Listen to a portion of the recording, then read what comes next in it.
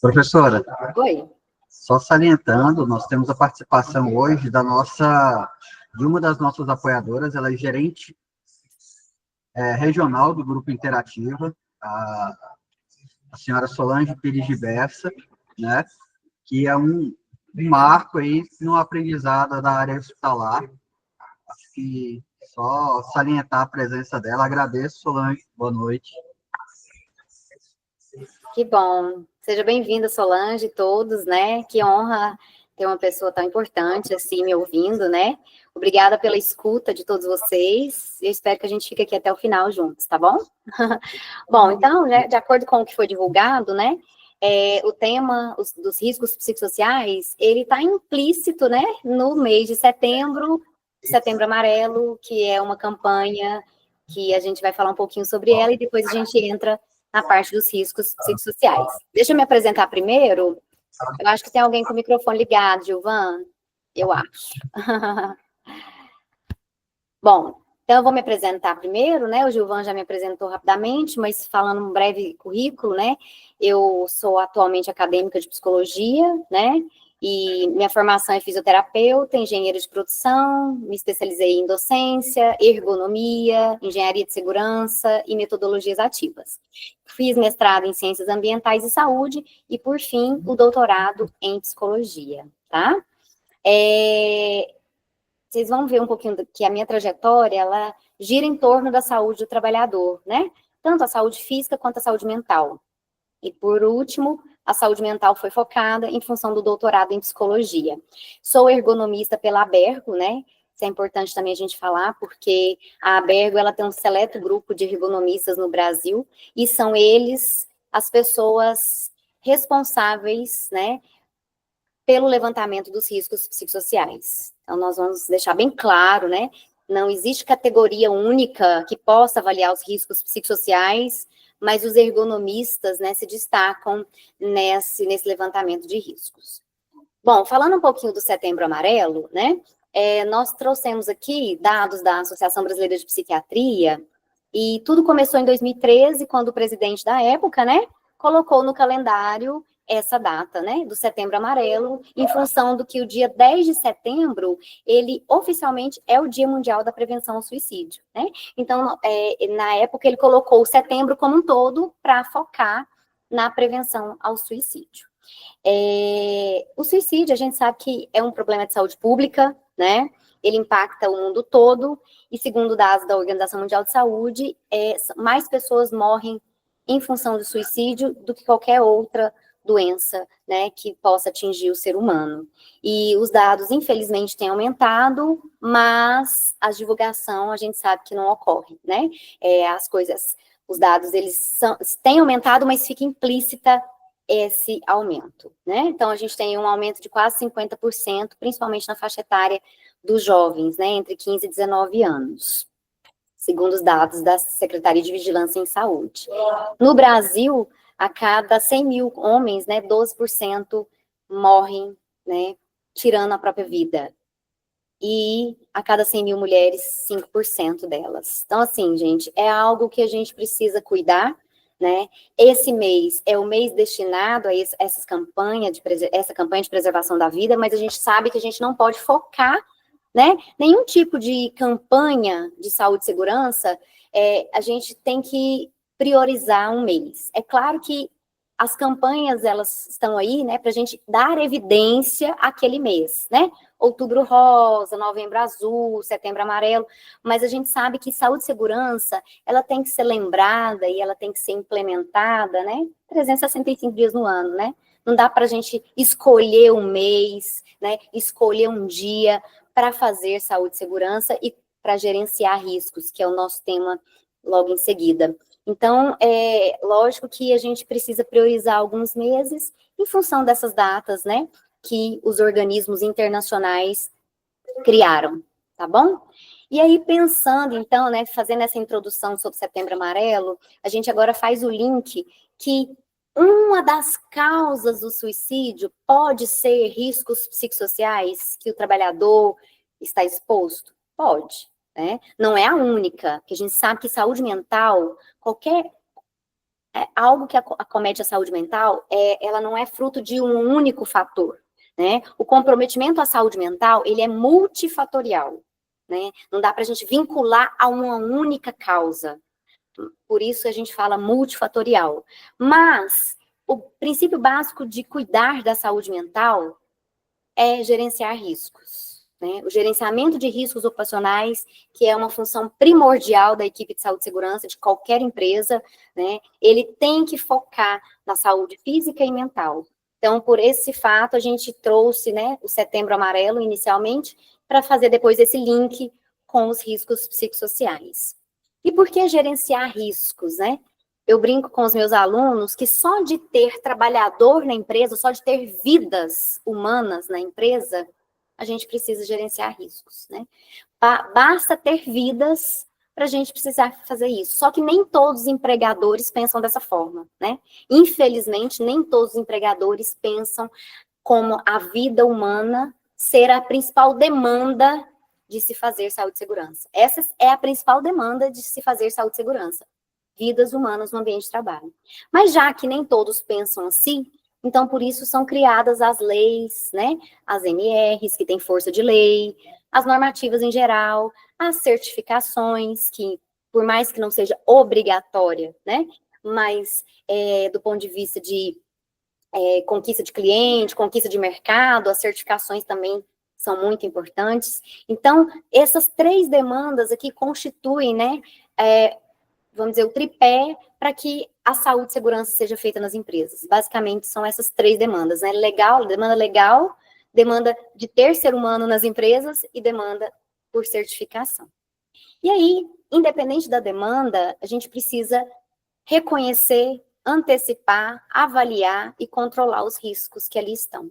Né? E aqui eu trouxe a diferença entre risco e perigo, porque nós que somos da área de saúde e segurança, né, o conceito básico é essa diferença. E aí a gente traz aqui, né, uma figura do leão na jaula, que representa um perigo, e o leão, se estiver somente na jaula, à direita, nós temos aí, né, a jaula e vários outros mecanismos de barreira, né, outras barreiras, que seriam um perigo. E o leão, somente com aquela jaula, que pode ser que ele se esvaia dali, né, pode ser que ele saia daquela jaula e se tornaria um risco. Então, quando a gente fala de risco, seria a exposição ao perigo. Perigo, nós, seres humanos e qualquer outro ser, não está exposto. E risco, nós estamos expostos a ele, né? Então, essa diferença do leão seria para conceituar risco e perigo.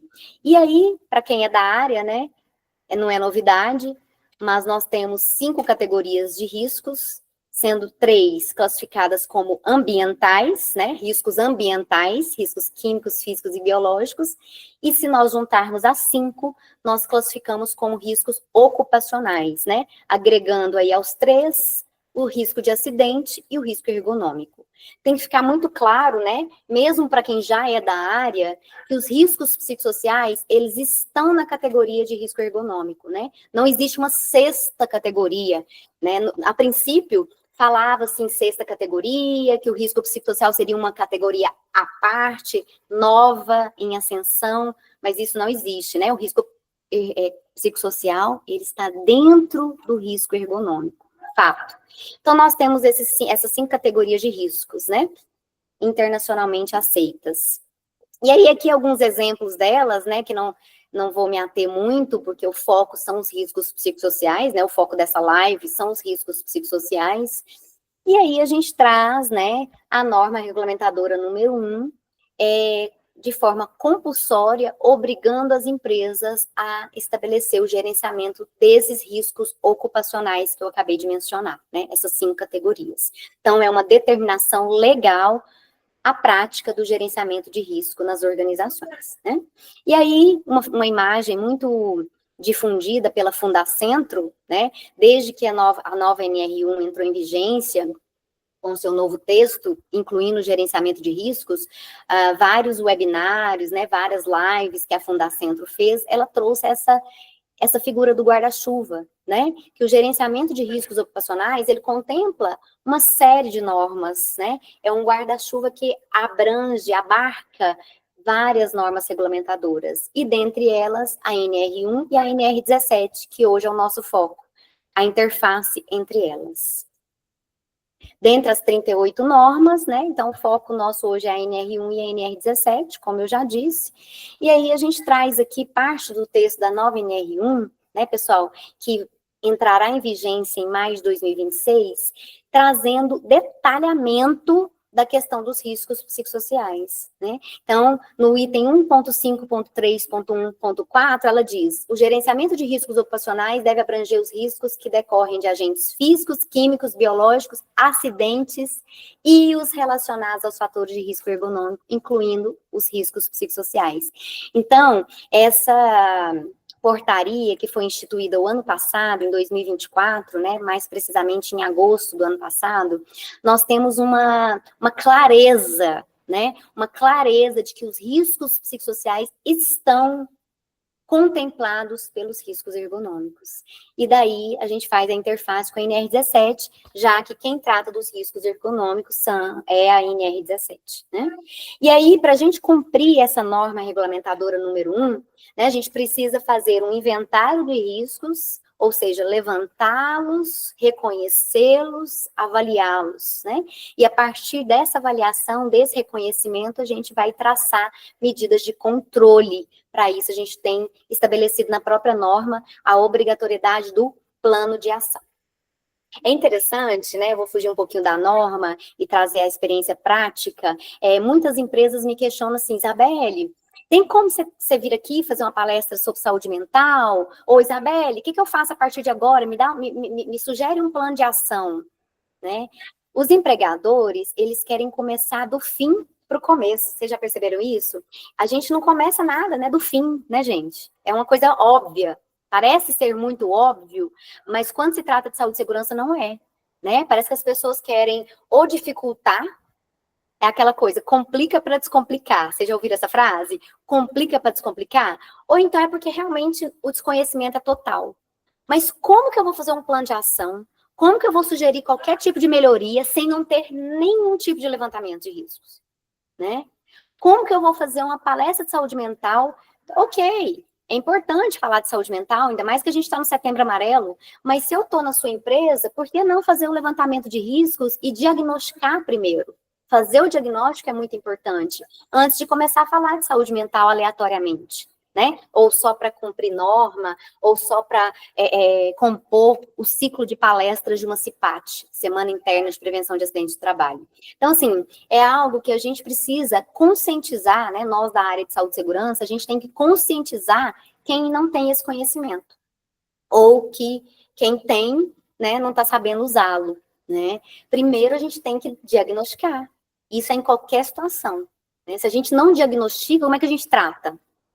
A mesma coisa aqui nos riscos psicossociais. Eu preciso fazer um diagnóstico, fazer um inventário de risco para depois levantar medidas de controle através de um plano de ação e, consequentemente, tratar aquele risco que foi encontrado, né, que foi levantado.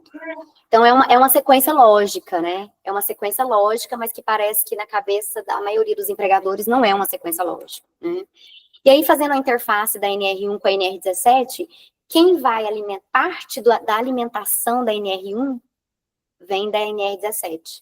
Então, a NR17, através da avaliação ergonômica preliminar e do seu posterior plano de ação, vai alimentar o inventário de riscos da NR1.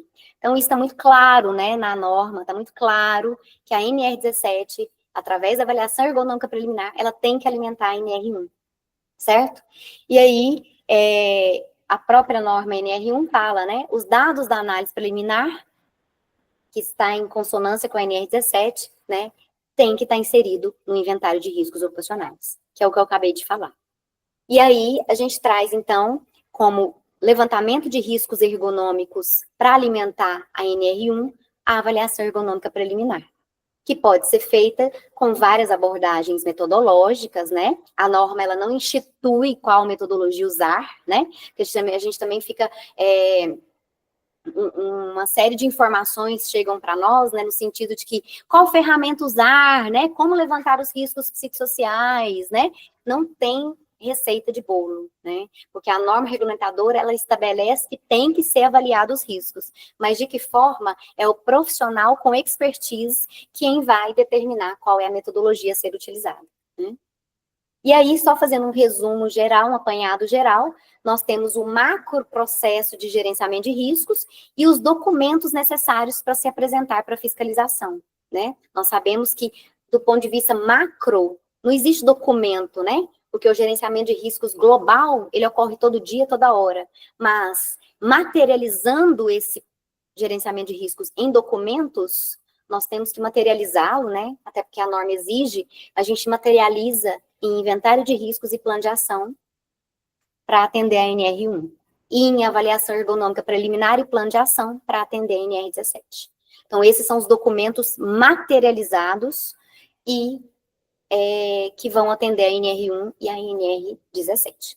Aqui eu só trouxe um modelo, né, um exemplo que as pessoas gostam muito de modelo, né, e é importante a gente falar que não trata-se de um modelo de reinvenção da roda, né? A gente não está aqui para reinventar a roda, para trazer questões complexas, porque a segurança por si só, ela já é complexa, a saúde e a segurança do trabalho, né? Então, a gente não precisa torná-la ainda mais complexa, porque a gente precisa simplificar aquilo que tem que ser convertido em benefício para o trabalhador e para o empregador também, né? Então, aqui a gente traz um exemplo de planilha de inventário de riscos que vai atender a NR1 e um exemplo de planilha de avaliação ergonômica preliminar que vai atender a NR17.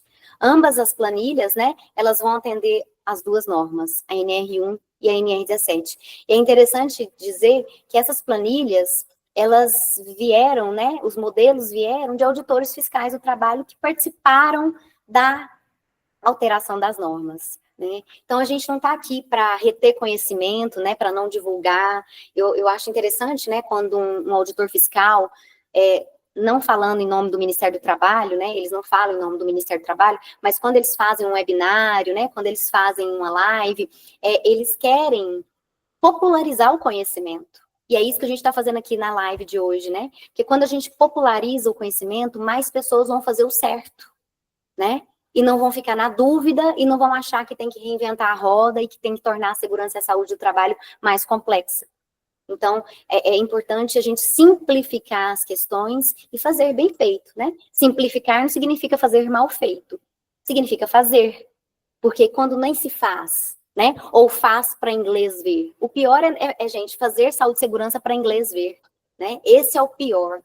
Então, assim, a gente simplificando os processos torna-se mais prazeroso, né? A implementação da saúde e segurança no trabalho, tá?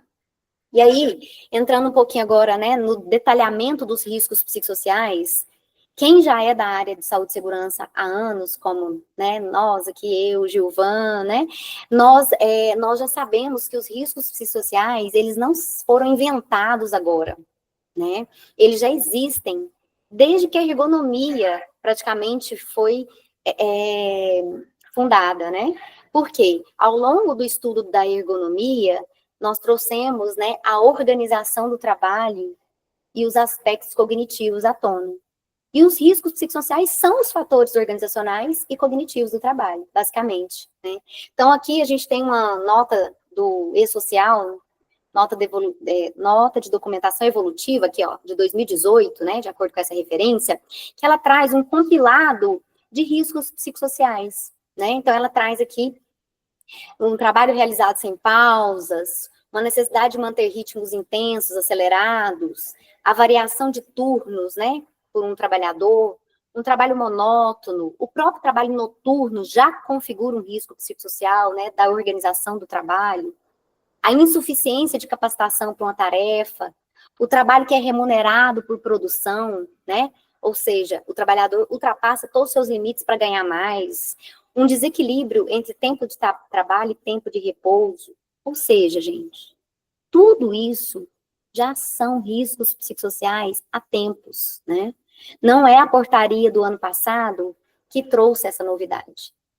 Eu brinco que a portaria, ela só desenhou, aquilo que já estava escrito, não, já estava implicitamente, né, na ergonomia. E aí ela escreveu, e aí, né, para aquele bom entendedor, escreveu ou quer que desenhe?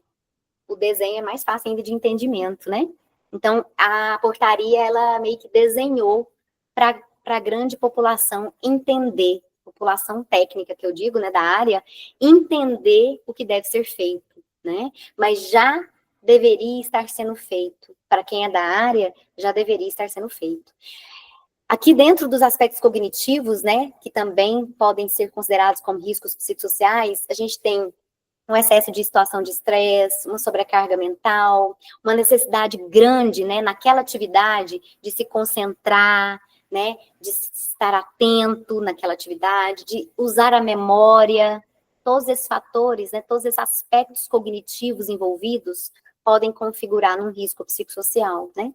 Dificuldade de comunicação.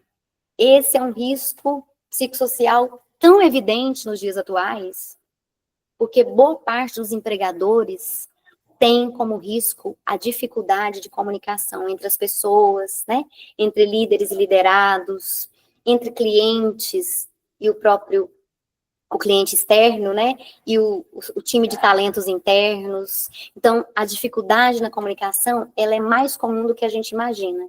Conflitos hierárquicos, demandas divergentes. Eu estou passando aqui rapidamente por eles, porque isso tudo está nessa nota de documentação evolutiva, se vocês encontrarem lá em 2018, quando o E-Social publicou essa quantidade de fatores de riscos, tá bom? Nós temos também aqui, a própria NR37 traz para nós, né, uma definição de fatores de riscos psicossociais. E o nosso colega, né, o Francisco Sampaio, bastante estudioso também dessa temática, ele mesmo construiu o seu conceito. E esses conceitos, eles são muito parecidos com o conceito da Agência Europeia de Saúde e Segurança, né? Então, o mundo, ele fala em risco psicossocial com a mesma língua. Mesmo que a gente tenha diferenças, né, de línguas, mas o mundo fala a mesma língua no tocante ao risco psicossocial, tá? Aqui a gente tem o COPSOC, que traz, né, que fatores de risco psicossociais são aquelas características inerentes à organização do trabalho. Então, são questões organizacionais. O risco, ele é inerente à organização do trabalho. E ele vai afetar tanto a saúde física quanto mental do indivíduo. Não é somente a mental que ele afeta. O risco psicossocial também ele pode desequilibrar a saúde física do indivíduo, né? A Organização Internacional do Trabalho, ela traz alguns fatores de riscos psicossociais. E como eu disse para vocês, o mundo fala a mesma língua. Então, vocês vão ver que não é diferente daquela nota do E-Social, né? Sobrecarga de horário, alta carga de trabalho, monotonia das atividades, a falta de autonomia no que se faz. Se eu não tenho autonomia, ou se está me faltando autonomia para aquele cargo que eu exerço, eu estou, sim, exposta, né, ou estou interagindo com uma forma de risco psicossocial. A ambiguidade de papéis, conflito de funções lá no organograma que foi mal estruturado, o assédio, né, fatores da própria cultura organizacional, né, que não incentiva a saúde e segurança. Isso a OIT traz para nós como riscos psicossociais. A Organização Mundial de Saúde, ela também traz praticamente a mesma coisa. Eu só trago para vocês diferentes fontes para vocês visualizarem que os riscos são os mesmos, mundialmente falando. Só muda, às vezes, a nomenclatura, né? A forma de se colocar. Mas outras palavras são idênticas, como a autonomia, a falta de autonomia que a OMS traz, assim como a Organização Internacional do Trabalho também trouxe, que nós vimos no slide anterior. A ineficiência na comunicação, mais uma vez a comunicação aparecendo, né, no formato de ineficiência, né, uma política de saúde e segurança ocupacional deficiente, né, que precisa ser trabalhada, que precisa ser estimulada, né, que precisa ser compartilhada, ou que nem existe, né, e precisa ser criada. Tem empresas que nem existem, nem tem política de saúde e segurança, né? A falta de suporte, de apoio social, né? A carga horária de trabalho extenuante, Então, isso tudo também configura risco psicossocial de acordo com a Organização Mundial da Saúde, né? E aí aqui a gente traz também o assédio, tanto sexual quanto moral, que fazem também parte dos riscos psicossociais, tá? Um colega aqui do Brasil, né, um estudioso, Machado, em 2025, ele fez um webinário, em fevereiro desse ano, e ele fez um compilado, né, de muitas referências, como as que eu trouxe aqui, OIT, OMS, né, União Europeia, Agência Europeia de SST, e ele trouxe um compilado desses riscos psicossociais, né, como a falta de controle sobre o trabalho que exerce, a falta de autonomia, a comunicação deficiente, problema de relações interpessoais, né, demandas excessivas de trabalho, pressão em relação ao cumprimento de metas, né, ou metas inalcançáveis, inatingíveis também, a pressão por tempo, né, para executar determinada tarefa, um suporte inadequado. Tá vendo, gente? Tudo falando em outras palavras, né? Mas remetendo aos mesmos riscos. A falta de reconhecimento no trabalho, isso é muito comum, né? Nós não sermos reconhecidos no trabalho por parte do gestor, por parte da organização como um todo. A insegurança no emprego e a precarização desse emprego também constitui em risco psicossocial, né? Uma má gestão de mudanças, né? Não há comunicação sobre as mudanças que ocorrerão, né? Um conflito entre papéis. Tudo isso é um compilado que Machado fez sobre os riscos psicossociais. E COPSOC traz também, né, várias dimensões sobre esses riscos, né? Demandas quantitativas de trabalho, ritmo de trabalho. Vocês percebem que, Isabelle, por que você trouxe todas essas fontes? Para mostrar que todas elas falam a mesma coisa, só que às vezes com palavras diferentes, né?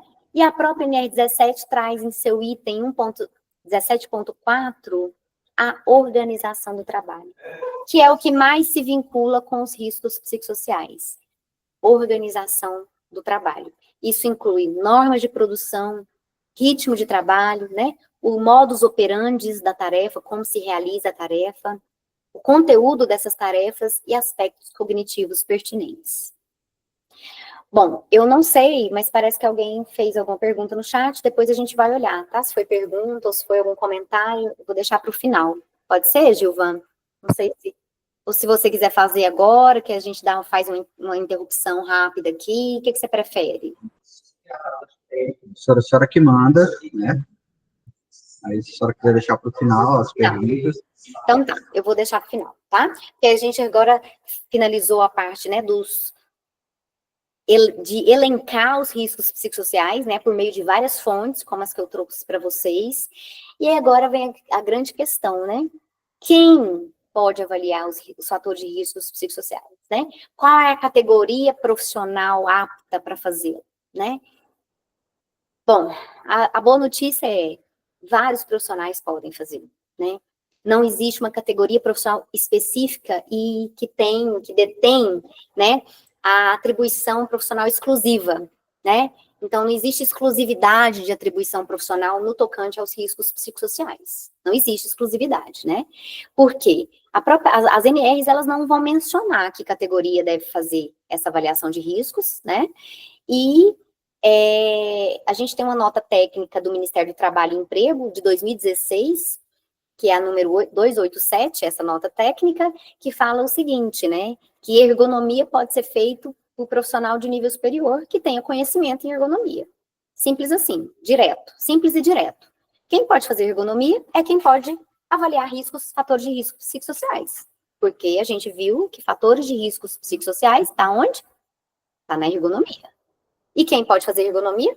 Profissional de nível superior, que tenha conhecimento em ergonomia, ponto. Então, a ergonomia, ela não se restringe a nenhuma categoria de risco profissional, tá? Aí, a gente entra na questão que tem se falado muito. Mas, espera aí, não é o psicólogo que pode fazer avaliação de fatores de risco psicossociais? Gente, o psicólogo, é exclusividade do psicólogo fazer avaliação de fatores de risco psicossociais? Não. É exclusividade do psicólogo fazer avaliação psicológica, psicossocial. Uma avaliação individual. Essa, sim, é exclusividade do profissional da psicologia. tá? Então, essa exclusividade, ela tem que ficar bem clara. Avaliação de fatores de riscos psicossociais não é avaliação psicológica psicossocial, tá? Por quê? Uma é uma avaliação individual, que vai gerar aptidão ou inaptidão para exercer determinado trabalho especial. Trabalho em altura, trabalho em espaço confinado, né? E a outra é a avaliação dos aspectos organizacionais, que nós já vimos, e cognitivos, que configuram os riscos psicossociais. Então, uma coisa é você avaliar o indivíduo, se ele está apto ou inapto. Outra coisa é você avaliar a organização do trabalho. E nada de inaptidão ou aptidão. A avaliação vai ser feita para que medidas de controle sejam planejadas e implementadas posteriormente. Então, são focos diferentes. Aí, esse quadro, né, ele traz bem essa diferença de objetivos entre essas avaliações, né? Os objetivos são diferentes, a forma de avaliar é diferente, porque os instrumentos que se utiliza em uma não são os mesmos, nada tem a ver com os instrumentos que se utilizam em outra. E aí, sim, exclusivo da categoria profissional psicólogo, a avaliação psicológica psicossocial. E demais profissionais, todos os profissionais, incluindo o psicólogo, pode fazer avaliação de fatores de riscos psicossociais. Bom? E aí, trazendo a resolução, né, do Conselho Federal de Psicologia, a gente tem uma resolução específica do psicólogo, né, que o psicólogo pode e deve fazer esse tipo de avaliação individual, no âmbito aqui da NR20, né, ou no âmbito da NR33 e no âmbito da NR35. Então, isso tem que ficar muito claro. Avaliação de fatores de riscos psicossociais está dentro da ergonomia e nada tem a ver com a avaliação psicológica, psicossocial individual para essas normas aqui, tá? Para dar o caráter de apto ou inapto para aquele trabalhador. E aí, a gente também se pergunta, né? Além do profissional que executa, a gente pergunta como eu posso avaliar esses riscos. Sempre é assim, né? A gente quer um caminho, né? A gente quer um caminho de como avaliar esses fatores de riscos psicossociais. A própria norma, ela não nos dá o caminho, porque ela não vai falar que tipo de ferramenta usar. Mas ela nos direciona, falando o seguinte, ó, organização, você tem que adotar mecanismos para consultar os seus trabalhadores e para comunicar a eles os riscos que eles estão expostos, aos quais eles estão interagindo. Então, a própria norma já dá uma grande dica. Escuta seu trabalhador, envolva o trabalhador nas avaliações. Porque o melhor profissional de saúde e segurança, ele não é tão bom quanto o trabalhador que executa aquela atividade. Então, a norma ela já traz isso, consultar os trabalhadores. E a gente precisa evidenciar a forma como nós consultamos na própria avaliação de riscos. Né? Tem um campo lá falando como você, avaliador, envolveu a população trabalhadora. Foi através de entrevista com roteiro semi-estruturado? Foi através de um questionário? Né? Foi através de um espaço coletivo de discussão? Então, você vai adotar a metodologia que você quiser, desde que você envolva os trabalhadores. E aí, aqui a gente traz, né, uma sequência lógica de ordem para adotar estratégias, né? A estratégia primária é a avaliação preliminar, que a própria NR17 nos traz, né? Aquela avaliação primeira, para depois a gente aprofundar melhor na análise ergonômica do trabalho. Então, uma avaliação prévia, e aí depois uma avaliação qualitativa e, por fim, a quantitativa. Por que a última é a quantitativa? Porque a quantitativa, ela precisa de uma representatividade estatística grande. E o que a gente vê no mercado de trabalho atualmente é que as empresas já querem o contrário. Elas querem começar pelo quanti. Qual que é o questionário? Não tem problema aplicar questionário. Mas a gente precisa entender que para aplicar questionário, a gente precisa de uma amostra representativa. Eu vou ter essa amostra representativa? Questionário, para ser validado, ele precisa de uma amostra representativa, porque metodologia quanti, né, ela se atém a esse fator. Agora, a metodologia quali, não. Você vai conversar com as pessoas dos determinados cargos, né? Que a gente faz avaliação por cargo e não por pessoa. E a amostra não precisa ser tão significativa assim. Vai depender, à medida que as respostas vão se repetindo, a gente fala que houve uma saturação dos dados. Então, já não há mais necessidade de ficar repetindo os questionamentos do ponto de vista qualitativo, porque as respostas já começaram a se repetir, tá? Então, num primeiro momento, pessoal, avaliação qualitativa para depois partir para uma avaliação maior do ponto de vista quantitativo. E aí, aqui eu trago como avaliação qualitativa, eu trago a psicodinâmica do trabalho, que foi a metodologia usada por mim, né, no doutorado. Então, nós temos essa abordagem que ela é validada, porque é importante, as empresas perguntam também, mas essa abordagem é validada, né? O fato de eu fazer uma entrevista, que é o auditor fiscal que vai acreditar em mim, né? Como é que eu vou provar, né, que essa ferramenta foi eficiente? A ferramenta que está validada, independente se ela é quali ou ela é quanti, ela vai ser aceita por quem for, né? Por qualquer pessoa que for te avaliar do ponto de vista de fiscalização. Porque, independente, a ferramenta, não é só a ferramenta quantitativa que é validada, né? Porque às vezes as pessoas pensam, mas eu quero números, eu quero números. Números são importantes? São. Mas quando se trata de fator humano, a gente pode ser mais subjetivo, né? Até porque o fator humano, ele é subjetivo na sua integralidade. Então, assim, metodologias quali e quanti, ambas são validadas e aceitas, né? Então, a gente tem a psicodinâmica do trabalho, que foi criada por esse ergonomista, psiquiatra, psicanalista e médico do trabalho, Christophe Dejoux. É importante a gente falar, gente, porque os próprios auditores fiscais já mencionaram Dejoux como sendo uma possível metodologia a ser aplicada, né? Possível, porque a gente não tem, ninguém impõe metodologia aqui. A metodologia é o empregador quem vai escolher junto com o profissional que ele contratou, né? Então, o que a psicodinâmica traz? A principal ferramenta da psicodinâmica, escuta. E aí vai de encontro com o item da NR1 que eu acabei de citar, de consultar o trabalhador e de comunicar a ele sobre os riscos encontrados ali naquele cargo.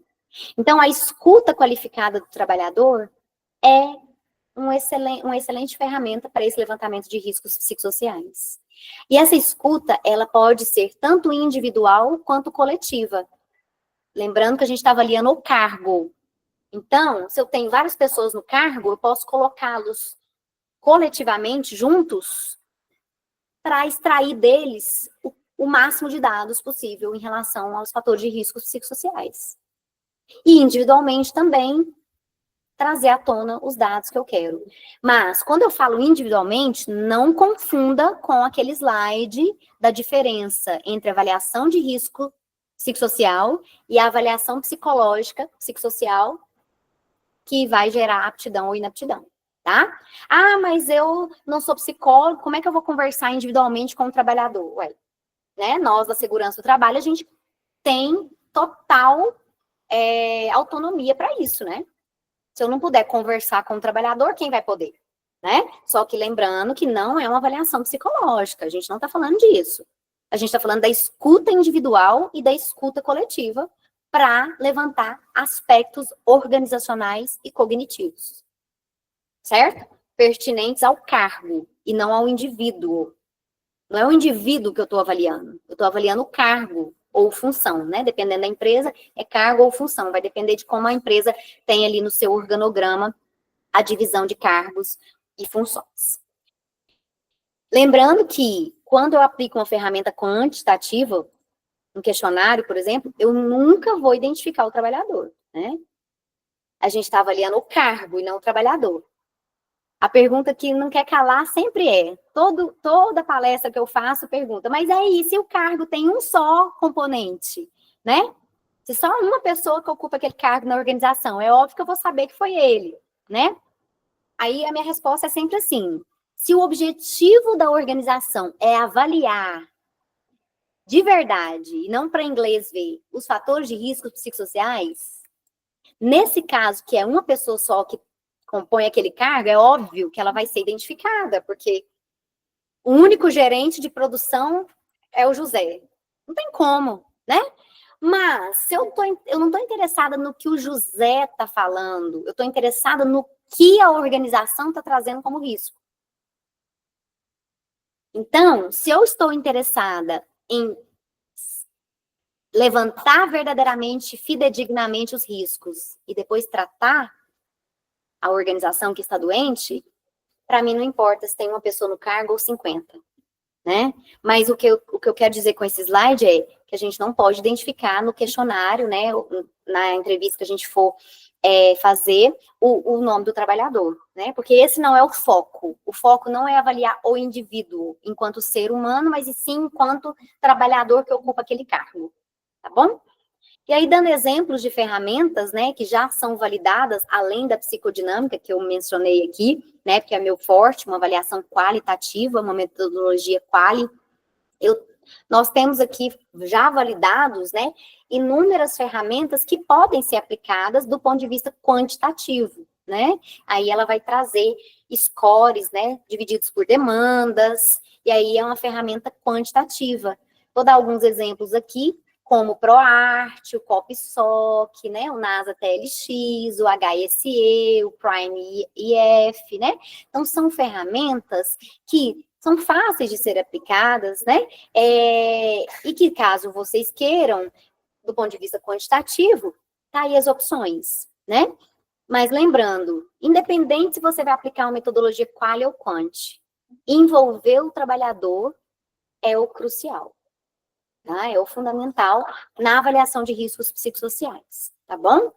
Eu deixo aqui as referências que eu utilizei, né, para fazer essa palestra, e eu deixo também aqui meus contatos, caso vocês queiram, né, depois fazer contato, né, e meu muito obrigada mais uma vez, né, em nome da pessoa do Gilvan, né, e agora a gente vai para as perguntas, intervenções, caso queiram falar.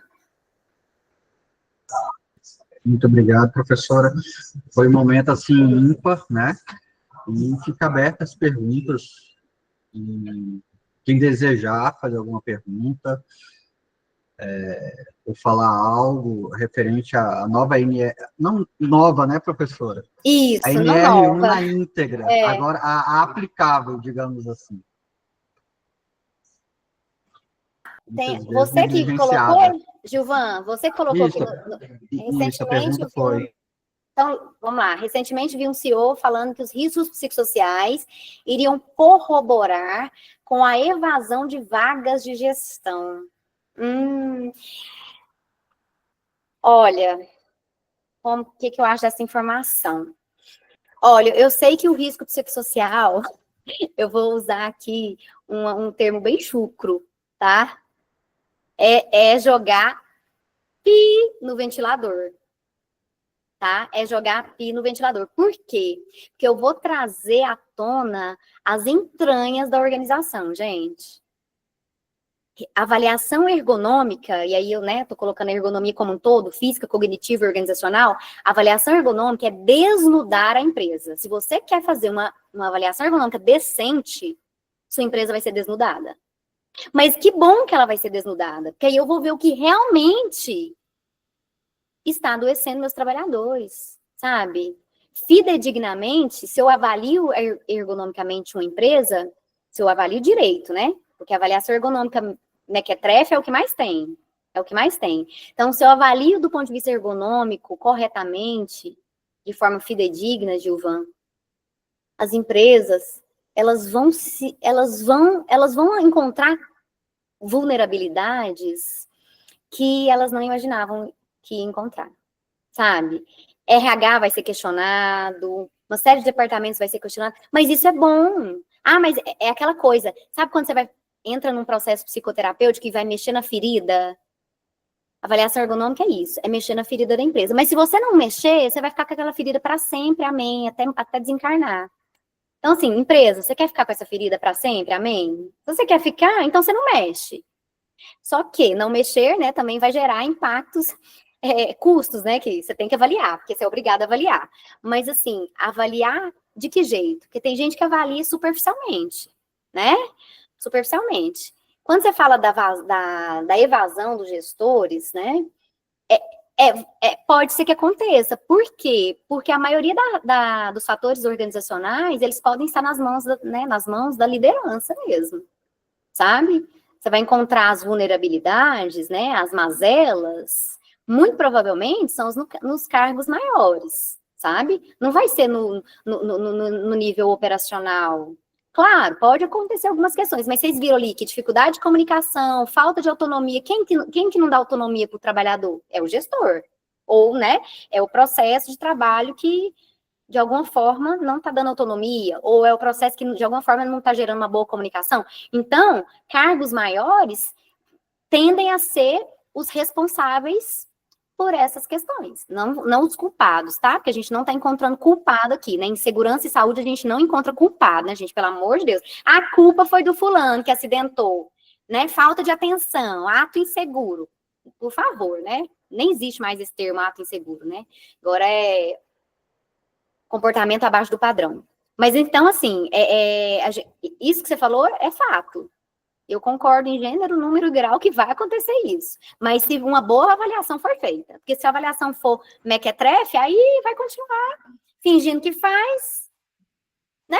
Os riscos psicossociais não viram à tona, a empresa vai continuar fingindo que não tem risco, porque assim, é o que mais chega na minha mão. Eu vou dar a palavra para Tatiana, viu, Tatiana? Vou dar a palavra para você, mas só um minutinho. O que mais chega na minha mão é assim, gente, uma avaliação, uma análise ergonômica do trabalho, né? Já passaram por mim mais de 1.500 alunos na engenharia de segurança, né, na fisioterapia do trabalho, na medicina do trabalho, que são cursos que eu dou aula. Chega a análise ergonômica para mim assim, professora, avalie essa análise ergonômica, por favor. Quando eu vou ver, uma análise ergonômica que não tem risco ergonômico, como é que é isso?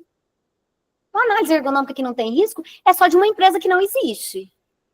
Vocês já fizeram análise ergonômica de uma empresa que não existe? Aí essa não vai ter risco. Agora, análise ergonômica de um hospital, que já chegou nas minhas mãos, análise ergonômica de um frigorífico, falando, não se aplica os riscos da ergonomia cognitiva e organizacional. Mas se não se aplica, então por que todo mundo está adoecendo? Por que tá todo mundo, entendeu? É uma coisa assim, a conta não fecha, né, gente? A conta não fecha. Vou deixar a Tatiana falar, porque senão eu vou ficar falando aqui até 10 horas da noite. Ela saiu da reunião, professora. Ah, mentira. Que pena. Às vezes é porque caiu a internet. Ah, voltou.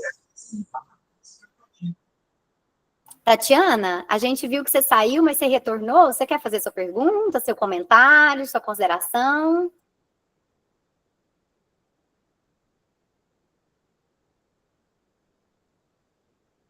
Ah, enquanto isso, a Gessiela. Oi, professora. Oi, desculpa. Tatiana, pode falar. Minha internet aqui estava ruim. Uhum. Deixa eu perguntar para a senhora. Eu trabalho numa empresa e a gente já tem a análise ergonômica, não é a das melhores, né? Até a parte do documento que eu conheço, mas em relação a esses novos requisitos, né, de avaliação psicossocial, a gente começou esse ano e a gente ainda não recebeu o resultado, passou por aquele questionário de avaliação e tudo mais.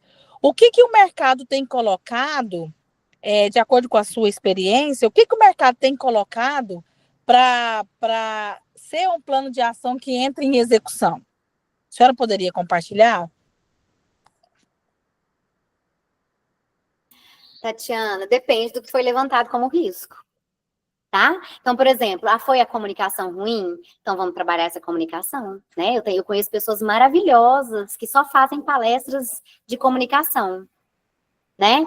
Foi uma má gestão de mudanças? Sempre que vai ocorrer mudanças, a gestão nunca sinaliza essa mudança, né? Sempre há surpresa por parte do trabalhador, entendeu? Então, você tem que trabalhar o risco que foi diagnosticado. O que mais diagnosticado. Certo. Entendeu? Então, se foi comunicação, vamos trabalhar a comunicação de alguma forma. Não é só ir lá colocar... O que eu tenho visto muito coisas erradas. Assim, ó, a gente fez o levantamento de riscos psicossocial, mas antes do resultado, já vamos colocar um psicólogo ali para atender o povo. Gente, pelo amor de Deus, atendimento individual, né? Com todo respeito. Psicólogo clínica é maravilhoso, todo mundo precisa de terapia. Mas dentro de empresa, né? Não, se não tiver uma isso. Sequência, né? Um programa elaborado, não tem como. Sim, isso aí, Tatiana, não vai tratar os riscos psicossociais, tá?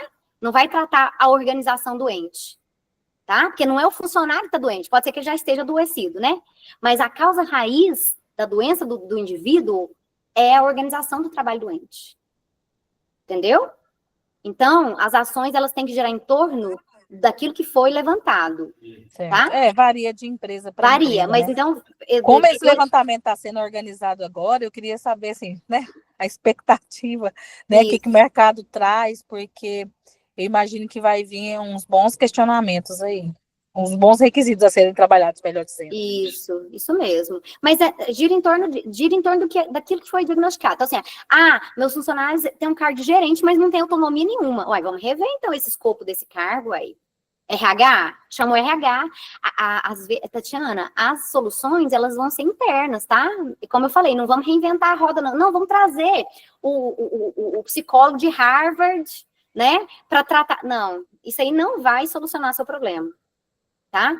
Depois que você levantar os riscos aí através desse questionário, veja que internamente, às vezes, RH vai precisar mexer no organograma, tá? RH vai ter que mexer no organograma, conflito de papéis, às vezes, 2 cargos muito semelhantes, tá? Tá gerando conflito de papéis.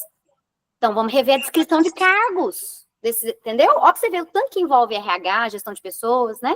Envolve outras áreas, outros departamentos que não só saúde e segurança. Tá bom, Tatiana? Não sei se eu te ajudei. Ajudou demais. Essas ressalvas, principalmente, né, professora, eles vão fazer nascer um novo olhar para o trabalhador. Perfeito. É um novo olhar. Porque, assim, a gente está nesse cenário de saúde mental, né, de uma forma geral, mas colocar isso com foco no dia a dia dentro da empresa vai ser bastante interessante ser trabalhado. Que, igual a senhora falou, realmente vai ter que ser um processo decisório de gestão, de cima para baixo, né? Quando sair o resultado, a anamnese, né, do questionário que vai ser recebido, né? Perfeito, isso mesmo. Aí que vai começar o trabalho de vocês, né? Depois que o questionário trouxer, né, os scores com as demandas, né, que foram... É o diagnóstico, né? Para tudo a gente tem que fazer isso, né? Diagnosticar, para depois tratar. Diagnóstico errado, tratamento errado. Tá? Diagnóstico errado, é o indivíduo que está revoltado com a vida, que não está desmotivado. Não, querido. Se é esse o diagnóstico, então tá errado, porque não era para diagnosticar o indivíduo, tá? Porque a gente sempre culpa, né? Na questão do acidente típico, categoria azul, risco de acidente, a gente culpa o trabalhador. É o trabalhador que está com falta de atenção, que desenvolveu, agora não é ato mais inseguro, mas desenvolveu um comportamento abaixo do padrão, é o trabalhador, não é condição insegura, né? Não é condição insegura. E a mesma coisa o risco psicossocial, não é a organização que está doente, é o trabalhador. Trabalhador, não gosta, já está desmotivado, né? Dormiu de calça jeans, é mais ou menos assim. Mas não, a gente está brincando aqui, mas não é. É a organização que pode estar ou não doente. Não estou falando que vai estar doente, né? Não estou falando. Mas o risco psicossocial está na organização do trabalho. Certinho, professora. Muito obrigada. Gessielen?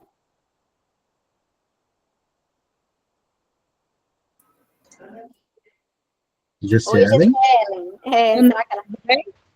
Professor, ano passado eu fui numa palestra da senhora lá no Clube da Engenharia, a senhora falou alguma coisa que me deixou encucada até hoje, e hoje é o dia. Que, igual a senhora comentou agora, né, não é trazer psicólogos para o hospital, e sim o que a empresa está fazendo para o colaborador não chegar até o psicólogo. Eu lembro muito bem da fala da senhora, né?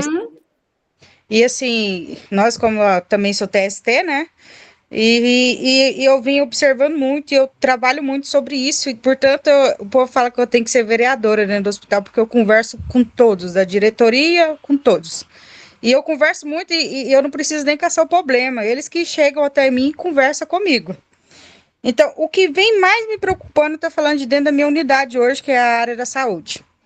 É o tanto de trabalho, eu tenho colaborador que tem 3 empregos. E um dia, em Janeiro Branco, no que a gente estava fazendo Janeiro Branco, uma colaboradora comentou assim com o palestrante. Eu acho que a empresa tem que dar prolongar nosso horário de descanso. Que para ela, né, tava pouco horário de descanso, mesmo com 1 hora, os intervalos do lanche, tava pouco. Aí outra colega dela rebateu ela, mas você tem 3 empregos. Aí ficou aquele climão chato dentro da sala, sabe, do auditório, porque assim, o colaborador vem, que a gente sabe que o piso salarial e geral de todas as funções aí, não vou falar só da área da saúde, é baixo. Então, obriga o cidadão a ter 2, 3 empregos, né? Então, assim, o que me preocupa mais isso, que a gente vai tentar, igual eu vou trabalhar dentro da minha unidade. Mas e as outras unidades? Apesar que eu não vou ficar olhando se o outro tá fazendo ou deixando de fazer isso, não. Só que assim, eu fico com dó do meu colaborador de certa forma, porque essa parte de sobrecarga, querendo ou não, que eu sempre falo pra gente, vocês ficam assim, não, eu vou trabalhar em 3 empregos porque eu quero comprar minha casa. Você vai comprar sua casa. Quando você você vai falar assim, não, eu vou mobiliar, aí eu paro. Você vai mobiliar. Aí nós nunca vamos parar, porque acostumou ganhar um piso salarial X, entendeu? Mas só que não sabe o preço que está pagando. Eu venho falando, eu tenho o costume de falar para o meu colaborador o seguinte: se você não para antes, o seu corpo para sem te pedir permissão. Né? Então, se isso, hoje eu vivencio com muitos colaboradores que tem 2, 3 empregos e que, não, eu já estou acostumada, norma, não é, eles não entendem, eu acho que nós da área tem uma visão assim, mais assim, hoje seu corpo não está gritando, mas ele vai gritar, né? Ele vai gritar. Então, assim, uma hora você vai parar. Eu convivi com a colaboradora 1 ano, que ela comendo lanche salgado e refrigerante às 9 horas da manhã, para 1 hora ela poder dormir no horário de almoço. 1 ano depois, ela afastou pelo CDF e ficou quase 2 anos afastada. Ela fazia faculdade e tinha 2 empregos. Ai, Então, tô vendo caras e bocas aqui, né, Gisele? veio a NR1, ótimo, muito bom, porque é uma voz para nós da área de segurança do trabalho, é uma voz, querendo ou não. Tudo que fala assim, a empresa é obrigada a fazer, é bom. Mas, ao mesmo tempo, eu vou falar por mim, fico de cabeça quente, viu? Nossa, muito bom o seu comentário. E assim, eu vou te falar que você está no caminho, que é escutar o trabalhador, né? Como você falou, todo mundo já vem até você. E se atenha à responsabilidade da sua empresa, sabe? Tipo, vocês estão fazendo?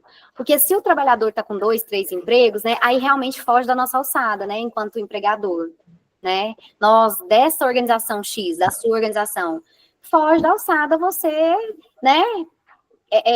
Se responsabilizar pela sobrecarga que está vindo de outros. Eu sei que pode, o leite pode derramar na sua unidade, né? Mas se você está fazendo de acordo com a norma, se você já tem essas boas práticas, e eu acho que o principal que você está fazendo, né? Que aí foge também até das ações, assim, né? Se a gente for ver as ações materializadas da gestão de riscos psicossociais, que é conscientizá-lo, né? Você não está falando para ele não ter 2, 3 empregos, mas conscientizá-lo que vai adiantar, né? Ficar se sobrecarregando, né? Ultrapassando os limites mentais e corpóreos. Até que ponto? Né? Porque a vida é curta. Então, assim, eu acho que você já está fazendo um excelente trabalho, sabe? Que é conscientizar o indivíduo nesse sentido, que foge um pouco, né, da alçada e do risco psicossocial pertinente à organização. Porque não é a organização que está o sobrecarregando com horas extras, né? Não, é ele próprio. Então, ele também tem que ter essa consciência, porque o primeiro passo, né, tanto na segurança coletiva quanto individual, é reconhecer. Né? A gente tem que reconhecer os riscos do ambiente de trabalho, mas a pessoa também tem que reconhecer o que ela está fazendo com a saúde dela. E isso você está sendo uma excelente disseminadora e pulverizadora dessa sensibilização, sabe?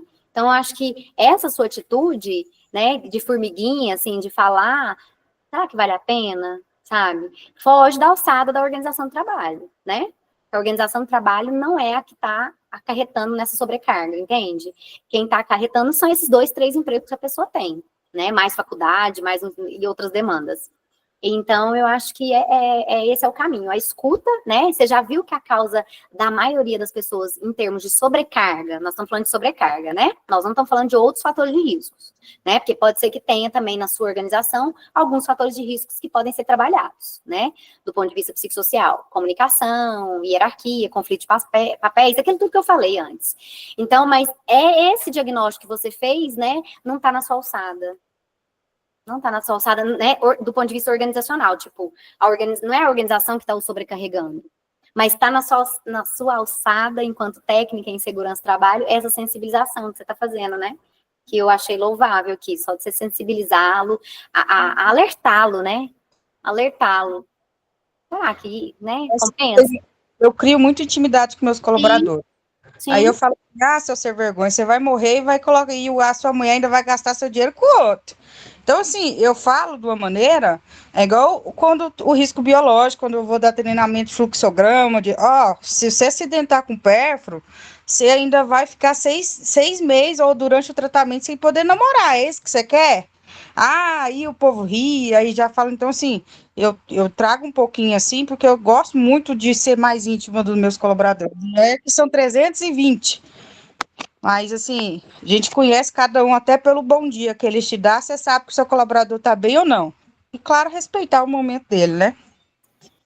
Gisele, você já está fazendo gestão de riscos psicossociais, viu? Na sua atuação, você já está fazendo. Então, assim, você já está na frente de muitos que não sabem nem ouvir o trabalhador. Então, você tá na frente, viu? Continue assim. Semana aconteceu um fato lá no hospital, e eu comentei com o meu DP, que eu sou dentro do departamento, somos um setor só, né, o SESMIT e o RH. Aí, antes de responder minha pergunta, falaram assim, quem te falou?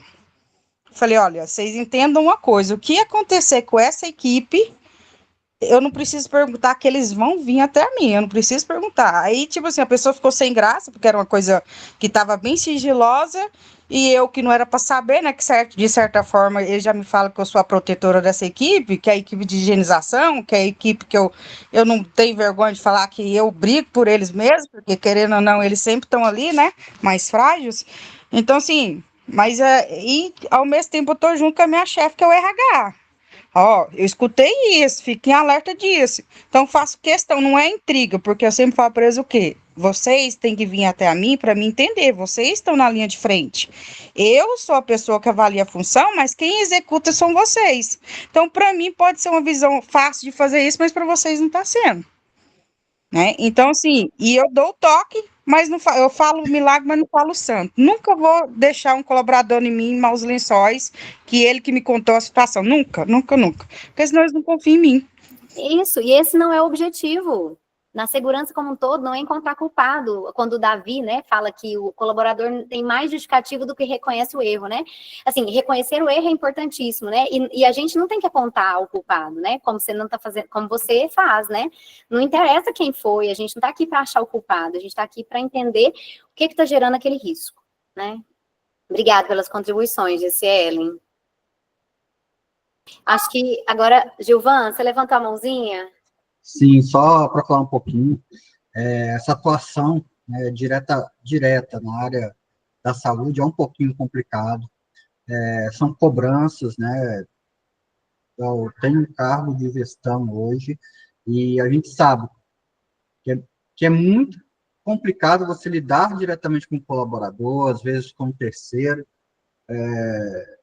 mas você tem que ter essa sensibilidade, esse olhar um pouco mais tenro, né, mais tranquilo, para falar assim, opa, onde que eu posso melhorar, aonde que eu estou vendo que o meu colaborador, estou sobrecarregando ele com aquele fato, e muitas vezes a gente puxa essa responsabilidade para nós como gestores, só que a gente se esquece que nós também somos de carne e osso, né, e aí a gente vai acumulando esses tantos de função, de desdobramentos do dia a dia dos seus processos, que chega no final do dia, gera uma estafa, gera um cansaço, que nós não aguardamos a ter. A minha esposa até brigou comigo recentemente, falou assim, opa, vamos dar uma parada, relaxa, porque realmente esse acúmulo de função, esse acúmulo de horas trabalhadas, né, seja seletista, seja PJ, é o que gera essa estafa. Nem sempre ela está ligada diretamente à NR1 ali, ao risco psicossocial. Quero agradecer muito, professora, quero dedicar, se alguém tem mais alguma pergunta, né, para nós darmos o nosso encerramento aqui. Foi um momento ímpar, escutar a senhora falando aí, esse desdobramento da NR1, que apesar de já existir dentro da ergonomia, era um pouco negligenciado, e agora o governo, né, a legislação falou assim, olha, tem que ser assim, é necessário a avaliação desses riscos, e além da necessidade da avaliação, é necessário ter medidas de controle deles. Então, não adianta só avaliar. Aonde que eu vou atuar ali para controlar? Eu vou fazer sei lá, um dia mais tranquilo ali com o meu colaborador, eu vou ter um bate-papo com a equipe toda, entre a equipe, para a gente estar aliviando essa carga mental, né? Que tanto influencia no nosso dia a dia.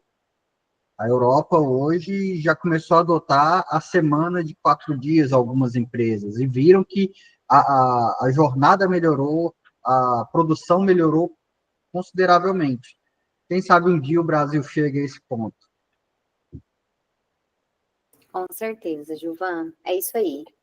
Tratar Então, isso de maneira contínua, né? Não ficar isso. com ações pontuais, não existe receita para todo mundo, como a Tatiana falou, né?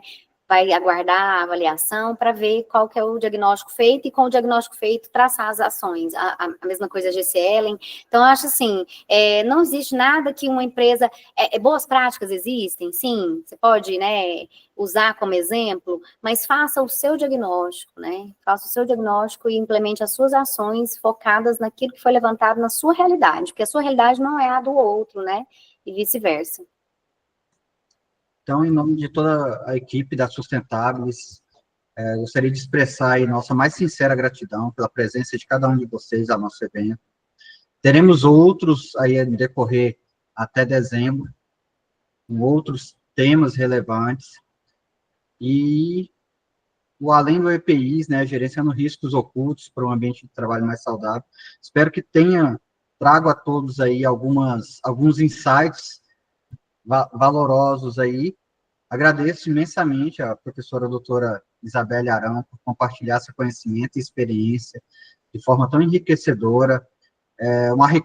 Um agradecimento especial aos nossos parceiros, ao Grupo Interativa, a Solange Pires de Bessa, gerente regional, né, que participou aí junto conosco desse projeto, a da House Arquitetura, a Martins Envolve Consultoria, cujo apoio foi fundamental para o sucesso deste encontro, e esperamos que o conteúdo apresentado tenha sido de grande valia, que inspire novas ações em suas empresas e vidas profissionais, e continue nos acompanhando para os próximos eventos e iniciativas.